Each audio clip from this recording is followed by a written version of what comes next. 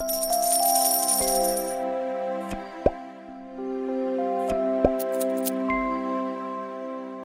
everyone, welcome to FQ1. This is Fausto, your FQ mom. Today we're very fortunate to have as guest, because of your request, Miss April Litan.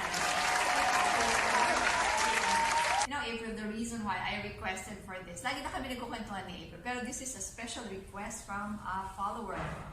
It's Marge and Sina. This is what she said.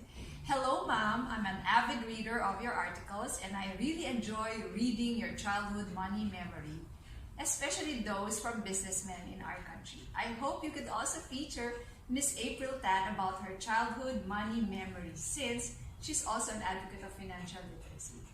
Thanks and God bless. So, ito na. This is your dream come true. Kwentuhan mo naman kami tungkol sa childhood money memory mo, April. Yeah, actually, when you asked about it, Yes.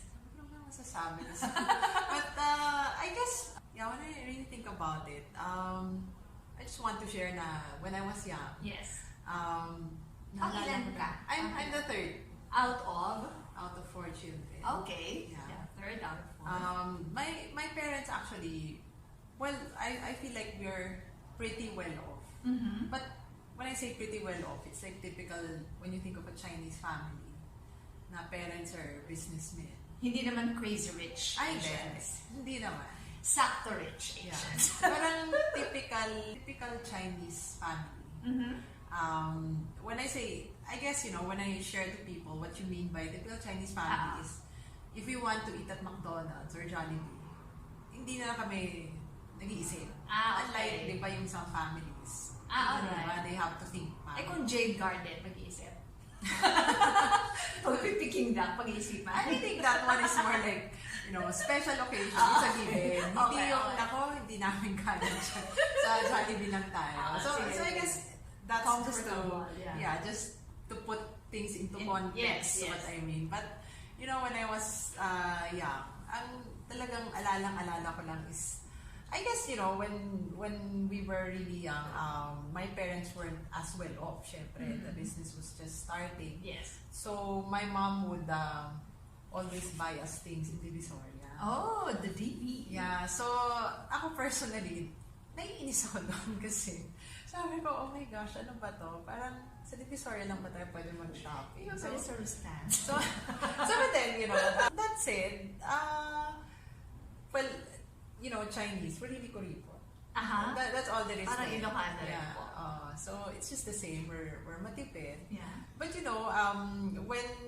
when my parents were better off when I was in college, they actually allowed me to go shopping for more expensive things. Yeah. And saan ka na? Hindi na sa DB. Hindi na. Hindi naman. Sa aircon na. I guess for me, that was my motivation to save my allowance. So I can go buy alright. other things Yes. on my own. On your own because you Yeah. saved it. Oo.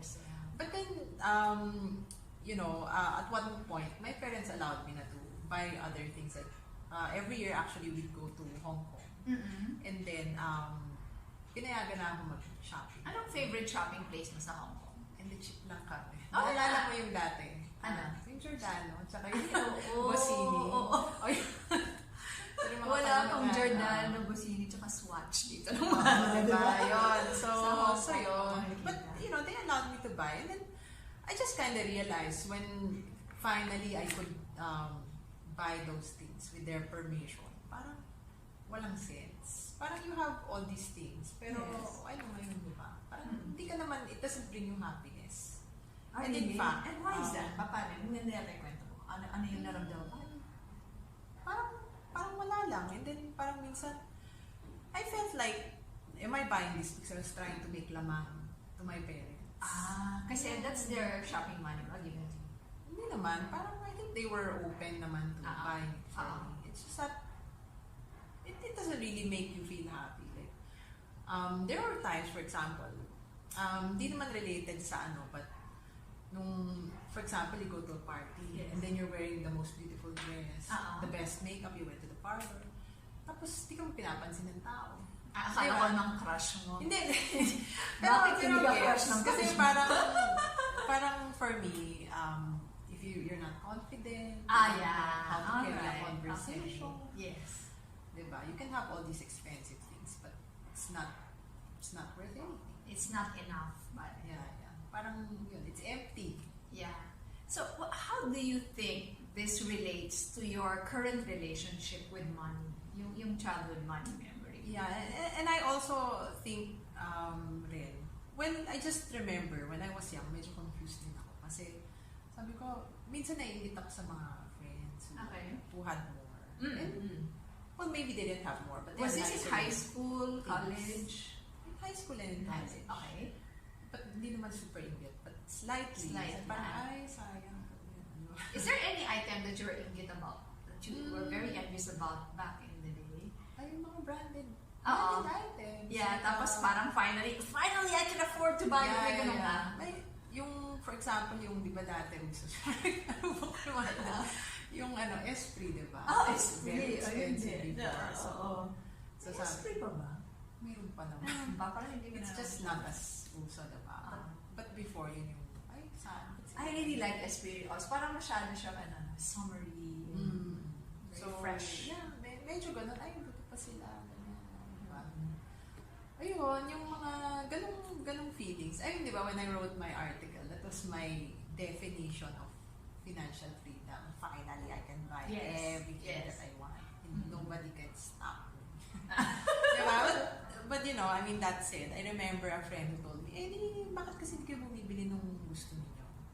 And then I kind of talked to my parents about it. I don't know on what occasion. But they told me, you know, we can buy those things, except that we don't. Yes, and I like that. How did you feel about that? Except that we don't.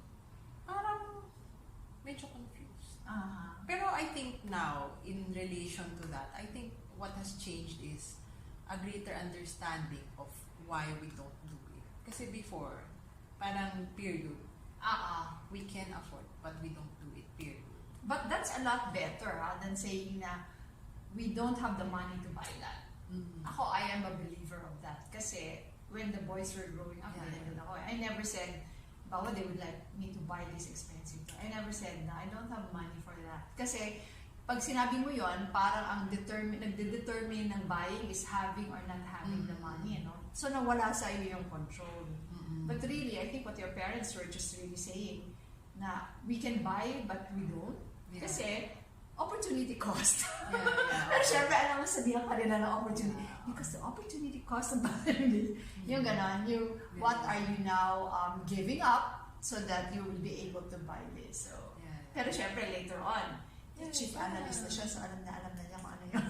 You kinda realize na you don't do that because, you know, when the important things that matter happen, like my dad had a stroke like 5 years ago. Yes. It was a major stroke. So, of course, hospital bills are huge and he's now still bed rest. I mean, if we had spent all this money, paano na kami, diba? Yeah. And you cannot use your Esprit and Giordano to pay the bills. So that's the big lesson. Yeah, I mean, my mom can still maintain her lifestyle. Yes. And then, ang boga parang momo, di ba? Oh, yeah. Siyempre, yeah, so at least, he had enough that he can still cover the bills and maintain the lifestyle. So, I'm happy for that. And that's one of the reasons why, I guess, you know, we can afford but we don't. And this is one of the reasons why it's like that. But you know, that said, I mean, one funny thing is because, you know naman that one of my investments or favorite investments would be property. Yes. Yeah, so my daughter, the young one, will always ask me, Mommy, why is it that all the nice condos we rent out, we never stay there? And we stay in this ugly, hindi naman ugly, but decent, Spartan. parang just right, you know? Normal. So how do you explain that to your daughter? So I tell her, what would you rather have?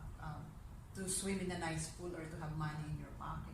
And then she says, I want money in my pocket. Diba? So, nung in-explain kong ganun, edi parang naintindihan niya na, ito pala yung sacrifice. To have that assurance na you'll always have something. Yes. So parang, tama yun parang you are seeing your future self more clearly. You are allowing your daughter to see her future self more clearly. parang hindi niya maintindihan. Bakit niya ako ano pala, parang ang ganda-ganda, dami na yung properties dito sa West